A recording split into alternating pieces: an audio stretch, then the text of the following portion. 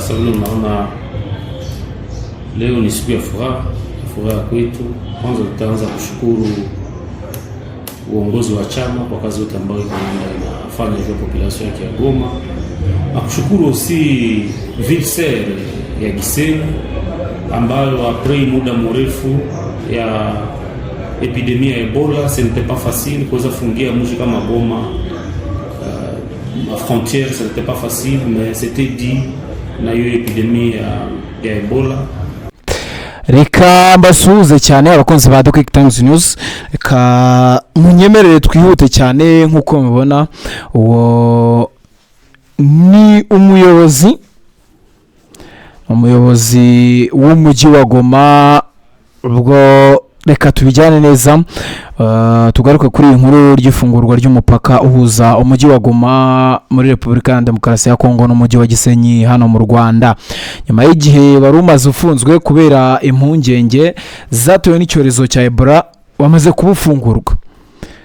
Kuwa kane tariki ya 2 Nyakanga uyu munsi, ubuyobozi bw'umujyi wa Goma bwatangaje ko imipaka ya Petite Barriere na Grande Barriere izwi kandi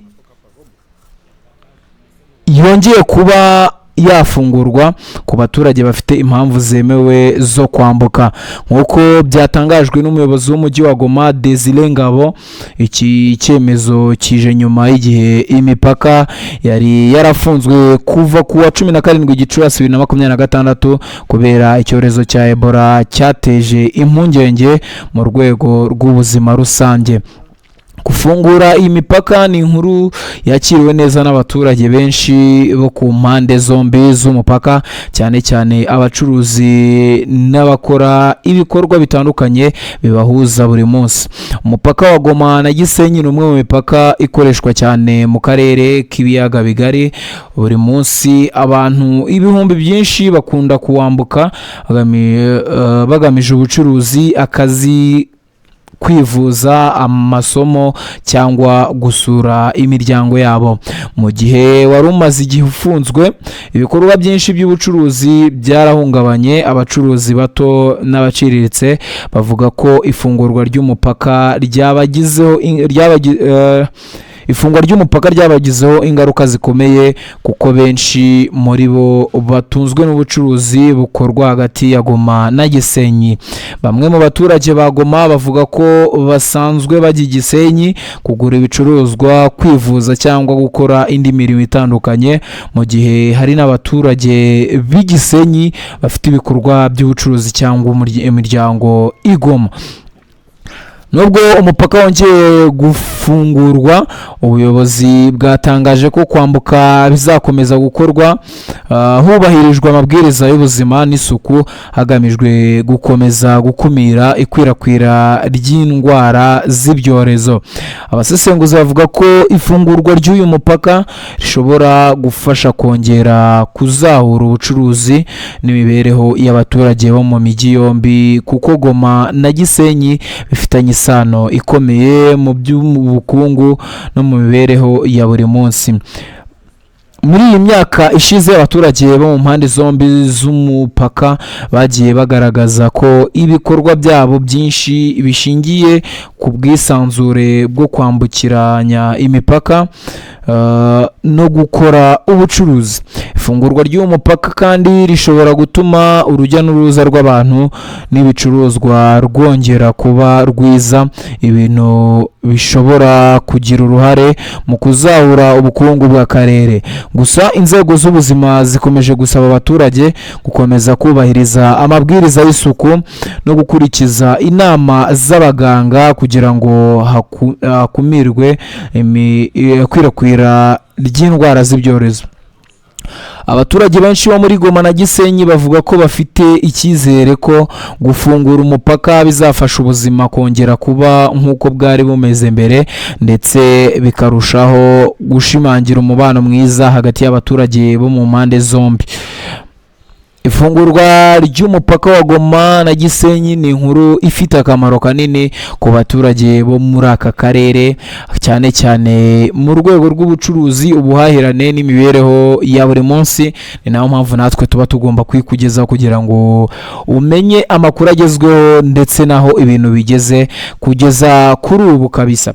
Nuko bimeze rero, nuko bimeze hariya Igisenyi na Goma, umupaka wamaze kuba ufungurwa. Ubwo ibindi turategereza itangazo ku ruhande rw'u Rwanda, kuko nkuko nabikubwiye uyu ni umuyobozi w'umujyi wa Goma ugenda ubitangaza, umaze kubitangaza muri aya masaha turimo. Ubwo turaza kumenya niba u Rwanda narwo rwagize icyo rubivugaho, natwe turaza kumenya niko bimeze, cyane ko The Quick Times News tuba tubakubereye kugira ngo tubikurikirane byose. Amakuru uraza kuba uyakurikira 5 kuri 5. Reka ngushimire cyane wowe ukunda ibiganiro tukugezaho byose uko byakabaye. Nzere ko umeze neza, wakanze subscribe, cyukora like, share na comment, tuba tuzikeneye cyane. Wowe utarayikanda nawe, iki nicyo gihe ngukande subscribe, ubundi ibintu bigende neza cyane. Ubundi anakubwira ngo komeza kugira umugoroba mwiza, kandi Imana ibane nawe, iguhumugisha mu byo ukora byose, uhirwe. Sababu naona leo ni siku ya furaha kwetu. Kwanza tutaanza kushukuru uongozi wa chama kwa kazi yote ambayo inafanya kwa population yake ya Goma. Nakushukuru aussi Vilser ya Gisenyi ambayo après muda mrefu ya epidemia ya Ebola, ce n'était pas facile kuweza fungia mji kama Goma. La frontière, ce n'était pas facile, mais c'était dit na hiyo epidemia ya Ebola. Mais maintenant que chama kimeweka nguvu juu ya epidemia, maintenant que population yetu nayo imetusikia leo, la ville serre de Gisenyi imeweza decide kuweza kutufungulia mipaka, yaani grande barrière na petite barrière kwa wakaaji, na rudilia tena wakaaji wa mji wa Goma. Yeyote yule ambaye anajua kuna kazi ambayo ataenda fanya Gisenyi, yeyote yule ambaye anajua nataka enda kusoko, nataka enda fanya hiki ama kile, Gisenyi, je dis bien Gisenyi wako autorisé kuweza kupita via la grande ou la petite barrière que kila mtu anajisikia, mais tout en respectant ma geste barrière, tout en respectant les mesures d'hygiène. Ni kusema watu uniquement ambao wanatoka hapa Goma? Ya wakaji, nimesema wakaji wa Goma. Kwa mkaji yeyote wa Goma ambaye anapenda vuka Gisenyi, tayari douane ziko wazi, lakini mtu hataenda tujua kwenda hangaika. Unajua anaenda kusoko, unajua anaenda auza kitu fulani, unajua naenda peut-être kutembea kwenye beach kidogo kisha unarudi, hakuna shida, njia iko wazi. Na muda ni c'est limité? C'est pas limité, kila mkaji mnapenda enda waende, mais ni pour un court séjour. Au utasema unaenda ikala, hapana. Ile tu wana faciliter, ni première étape déjà. Mtu mwenye na urgence, mtu apenda uza kitu, anafika anavuka kwanza Gisenyi, ingine itaenda inafuata nyuma kwa upole. Grande barrière également ni kupetite na grande barrière, watu wako kuweza kupita, hakuna shida. Ni kusema mtatia vitu yenye na permettre watu kunawa mikono kupita na ya les dispositifs d'hygiène ziko depuis zamani, dispositifs d'hygiène ziko, parce que chama yetu ni chama ambayo inapenda raia, ni chama ambayo inajiheshimu na inaheshimu maisha ya mkaaji. Sisi hatuchezaki na maisha ya mkaaji. Ma dispositifs d'hygiène ziko ku grande barrière na ku petite barrière, ni watu tukujiheshimu na kuweza kurespecte ile ma mesure d'hygiène, ile hali ambayo tumepitia ndani isiweze tena kurudia. Asante sana.